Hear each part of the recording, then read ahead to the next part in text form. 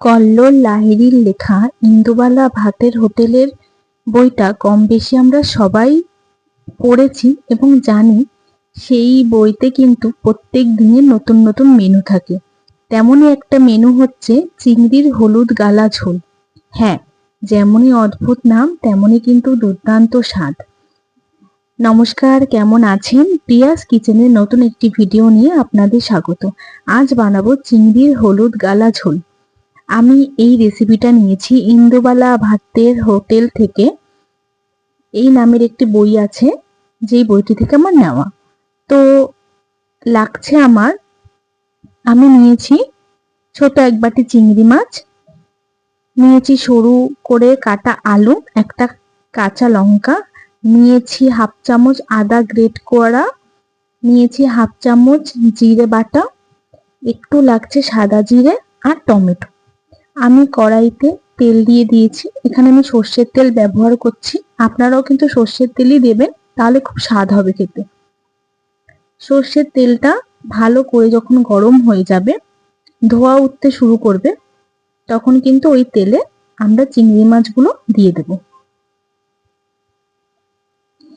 এই রান্নাটা এতটাই স্পেশাল, এই বইটা যখনই আমি পড়েছি আমার মনে হয়েছিল যে কবে আমি এই রান্নাটা বানাবো। তো আমি এই রান্নাটা করে দু একবার আমার বাড়ির লোককে খাইয়েছি এবং সবার কাছে এত প্রশংসা পেয়েছি, তো ভাবলাম নতুন চ্যানেলে এই ভিডিওটা আপনাদের সাথে শেয়ার করা যাক। চিংড়ি মাছের তো বিভিন্ন পদ খেয়েই থাকেন আপনারা, এই রান্নাটা কিন্তু একদমই অনবদ্য, ভীষণ স্বাদ আর মুখে লেগে থাকার মতো স্বাদ। শুধুমাত্র এটুকুই আমি বলতে পারি, আপনারা প্লিজ এটা বানিয়ে খাবেন। তো আমি চিংড়ি মাছটা একটু হালকা করে ভাজবো, খুব বেশি ভাজবো না, কারণ বেশি ভাজলে না চিংড়ি মাছটা শক্ত হয়ে যাবে আর স্মেলটাও খুব খারাপ হয়ে যাবে। তো আমি কম করে চিংড়ি মাছটা একটু ভেজে নেব। বেশ করে একটু নাড়াচাড়া করে মোটামুটি 2 পিঠ হলে তারপরে আমি এটাকে তুলে নেব।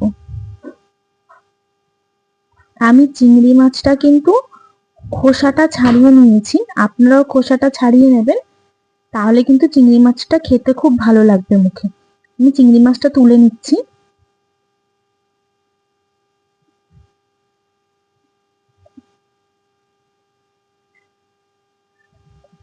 দেখুন আমার চিংড়ি মাছটা তোলা হয়ে গেছে, হালকা করে ভেজেছি। এবার ওই একই তেলে আমি সরু করে কাটা আলুটাও দিয়ে দেব।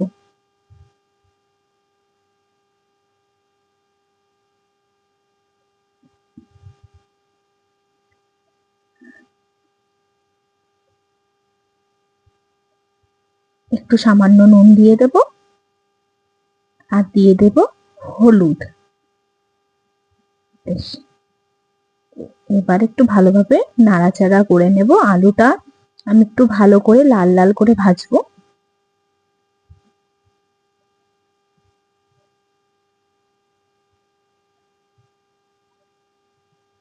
গরম ভাতে এই চিংড়ির হলুদ গালা ঝোল কিন্তু দারুণ স্বাদ লাগে।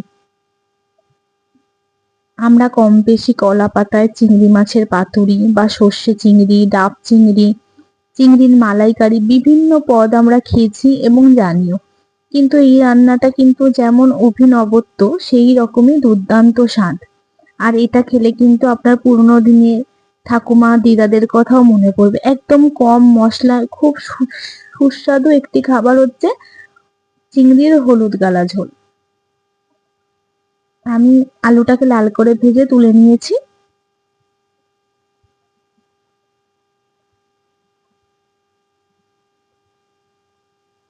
দেখুন কি সুন্দর হয়েছে আলুটা ভাজা। এইবার আমি ওই একই তেলে একটু সাদা জিরে দিয়ে নেব।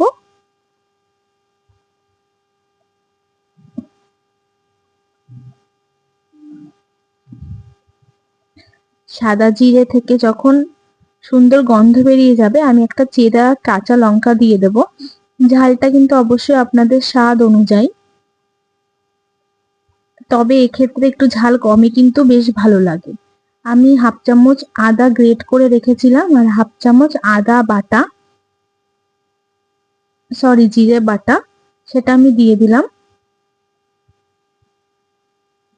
একটু ভালো করে আদা জিরেটাকে আমি নাড়িয়ে নেব তেলের সাথে।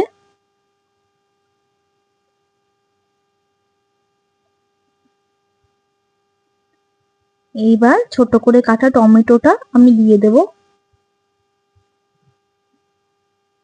দিয়ে দিচ্ছি হলুদ, দিয়ে দেব নুন,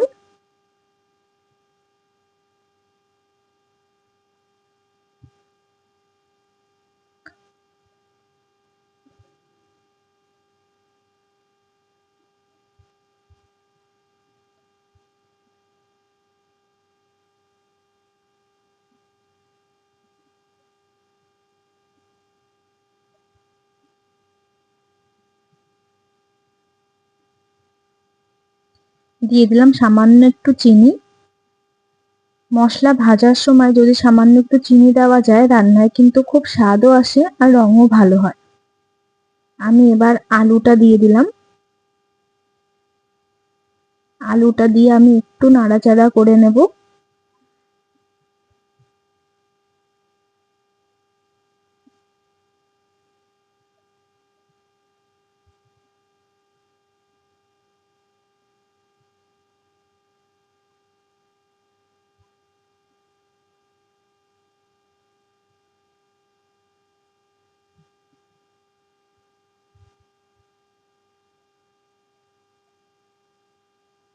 বেশ যখন ভাজা ভাজা হয়ে যাবে,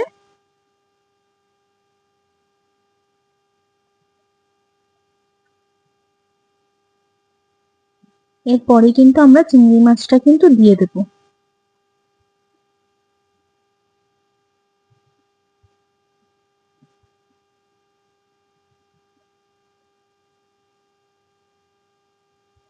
এবার চিংড়ি মাছটা দিয়ে একটু নাড়াচাড়া করে মশলাটার সাথে ভেজে নেব আমি।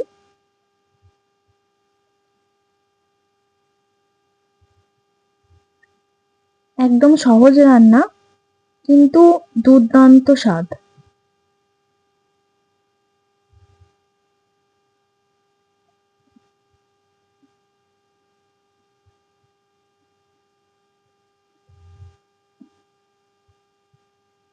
একটু ভালো করে নাড়াচাড়া করে নেব।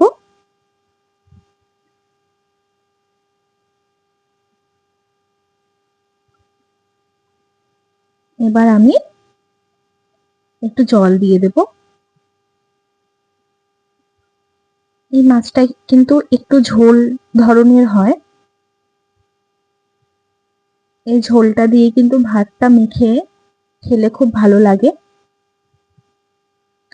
এবার আমি একটু ঢেকে দেব মাছ আর আলুটা সেদ্ধ হওয়ার জন্য।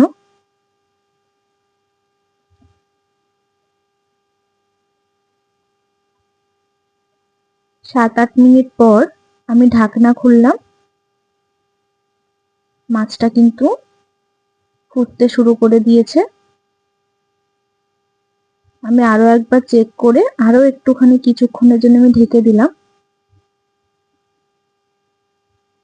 এবার কিন্তু আমি সবকিছু ভালোভাবে একটু নাড়িয়ে নেব। আমাদের চিংড়ি গালার ঝোল কিন্তু মোটামুটি হয়েই গেছে। দারুণ গন্ধ বেরিয়েছে।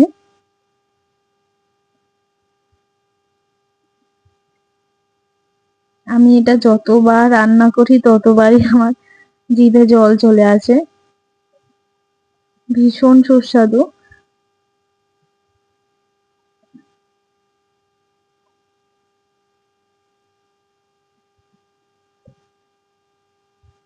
আপনারা যদি আমার চ্যানেলে নতুন হন তাহলে কিন্তু দয়া করে চ্যানেলটা সাবস্ক্রাইব করবেন। ভালো থাকবেন। ধন্যবাদ।